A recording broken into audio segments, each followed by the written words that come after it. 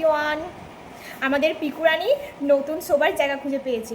যদিও ওই জায়গাটাও অনেকবার শুয়েছে, সবসময় তো ওখানে শুলেই ভালো হয়।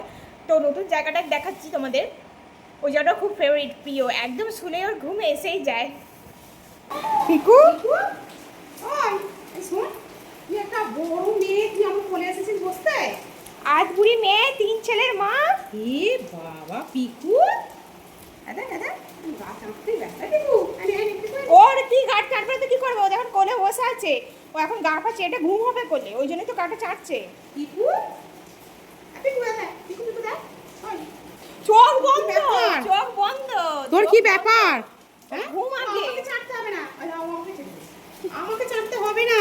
তোর কে মাকে ছাড়তে হবে? তুই নিজেকে চাট। তুমি নিজে কাটা ছেটে দাও, কাটা ছেটে দাও। হ্যাঁ চাটো, ভালো করে চাটো, পরিষ্কার করে ফেলো। হ্যাঁ আর ঘুম হবে, ঘুম, ওই জন্য এরকম অবস্থা। আর তুমি মেয়ে কোলে উঠে ঘুম হবে, বদমাস। ওরে বাপ রে, ভালোবাসা দেখো না, ভালোবাসা দেখো না। বাবা সব পরিষ্কার হয়ে গেছে। ওই দেখো কি আদর হচ্ছে। শোনো কোথায় গেছি পিকু? পিকু ঘুম হবে, আদর পেয়েছে মায়ের কোলে, ও এখন ঘুম হবে। মা পেয়েছে, একটা বেড়াল, মা পেয়েছে, 3 ছেলের মা, মা পেয়েছে। মায়ের কোল পেলে আর পিকুর কিছু চাই না, ওখানে শুলে ওর বিন্দাস ঘুম হবে, ব্যাস, নো টেনশন, কোথাও যাবে না।